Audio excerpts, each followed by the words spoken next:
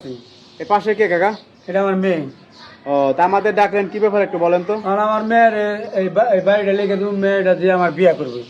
ও আচ্ছা আচ্ছা, এই বাড়ি কি আপনার? হ্যাঁ, বাড়ি আমার। এই নতুন বাড়ি করতেছেন হ্যাঁ, নাকি? নতুন বাড়ি করতেছে।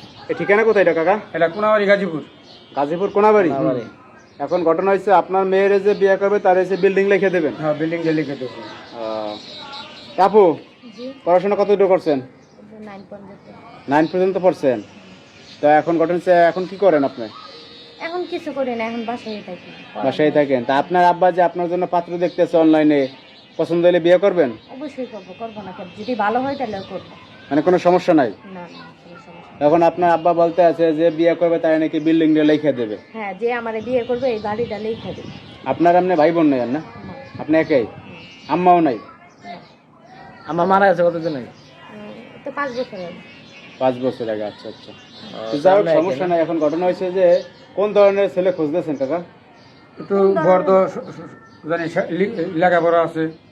নম্র বড় ভদ্র, ফ্যামিলি বা ভালো ভালো। বড়। উগ্র ফলাফান না হয় কি? না, কোনো বাজে নিশার মতো জানি না। আচ্ছা আচ্ছা, এখন দেখা যায় কি শোনেন, এই যে গরিব হোক কিন্তু অনেক তার- প্রবাসী ভাইরা মনে করেন যে বিয়ের জন্য নক দেয়, বিয়ে করতে চায়, বিদেশি ছেলের কাছে দেবেন বিয়ে?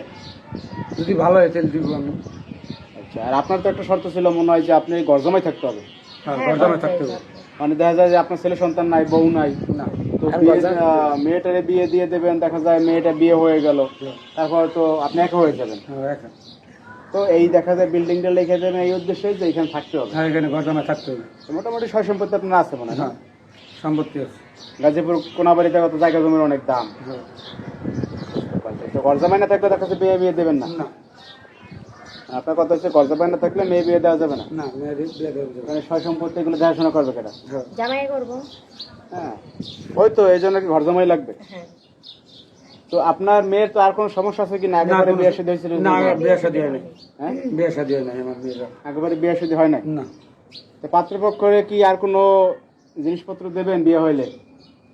হ্যাঁ, যদি করি তাহলে গরু আছে, তারপর গরু জমি আছে। আছে, এগুলোই তো দেওয়া দেবো। হয়। সবকিছু জামাই দেখাশোনা করবো, সবাই হ্যাঁ পাইব না।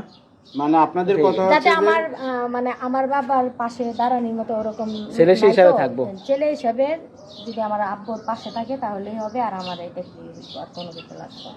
আচ্ছা আচ্ছা, আপনাদের বক্তব্য হয়েছে যে দেখা যায় যে আপনার তো একটা ছেলে সন্তান নাই, না।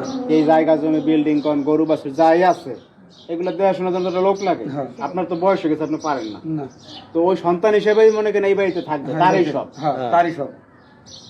সুন্দর কথা বলছে কি? সুন্দর কথা। তো যাই হোক সমস্যা নাই, আমরা আসলে এই প্রতিবেদনটা আমাদের পেজে প্রচার করবো, বুঝছেন? তো সেখান থেকে আসলে অনেক মানুষ নক দেবে।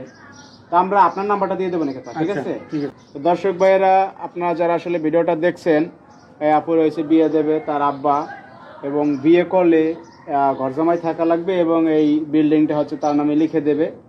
তো যদি কোনো ইচ্ছুক ব্যক্তি থাকেন অবশ্যই যোগাযোগ করবেন।